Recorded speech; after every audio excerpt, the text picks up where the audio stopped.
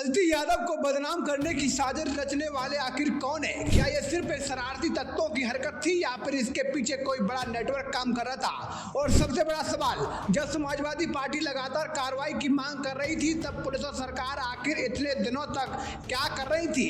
अब इस पूरे मामले में एक बड़ा अपडेट सामने आया है। कानपुर पुलिस की साइबर सेल ने उन आरोपियों की पहचान कर ली है जिन्होंने कथित तौर पर एआई की मदद से मुलायम सिंह यादव की बड़ी नातिन और समाजवादी पार्टी प्रमुख अखिलेश यादव की बेटी अदिति यादव की आपत्तिजनक और फर्जी तस्वीरें बनाकर सोशल मीडिया पर वायरल की थी। याद कीजिए, कुछ दिन पहले सोशल मीडिया पर अचानक अदिति यादव को लेकर कई आपत्तिजनक पोस्ट और तस्वीरें वायरल होने लगी थी।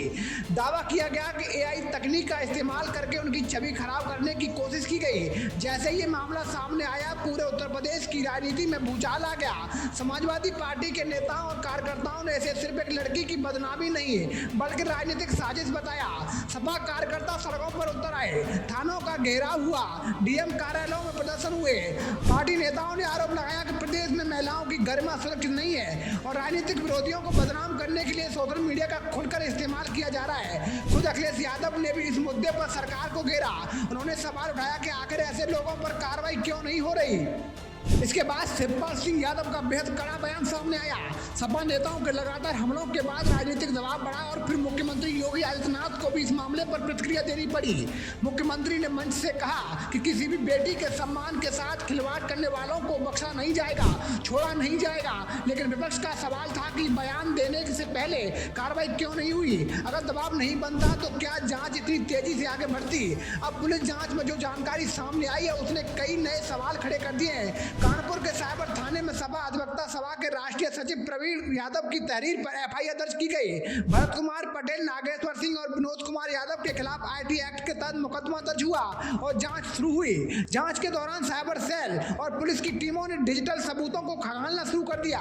Facebook account, IP address, online गतिविधियां और डिजिटल रिकॉर्ड की गहन जांच की गई। इसी जांच में पता चला कि जिन लोगों के खिलाफ मुकदमा दर्ज हुआ उनमें एक आरोपी महाराष्ट्र के पुणे में रहने वाला एक ऑटो चालक है। दूसरे आरोपी की लोकेशन अमेरिका के पेंसिल्वेनिया राज्य में पाई गई। तीसरे आरोपी के संबंध में भी तकनीकी जांच जारी है। पुलिस का दावा है कि वो लगातार डिजिटल ट्रेल को फॉलो कर रही है और जल्दी सभी आरोपियों तक पहुंच जाएगी।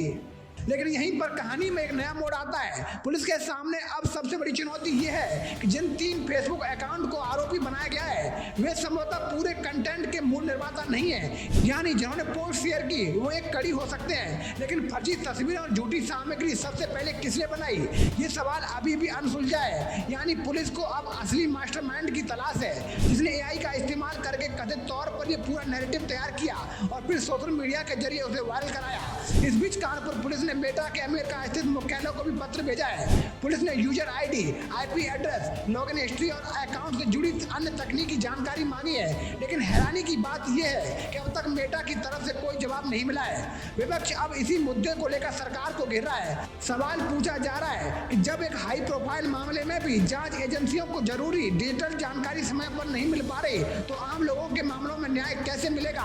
फिलहाल पुलिस की टीमें लगातार महाराष्ट्र और अन्य राज्यों में सक्रिय है। सूत्रों के मुताबिक एक आरोपी तक पुलिस लगभग पहुंच चुकी है और उसकी गिरफ्तारी कभी भी हो सकती है। लेकिन इस पूरे मामले का सबसे बड़ा सवाल अभी वही है, आखिर अदिति यादव को बदनाम करने की साजिश किसने रची? क्या पुलिस असली मास्टरमाइंड तक पहुंच पाएगी या फिर जांच कुछ सोशल मीडिया अकाउंट तक सीमित रह जाएगी?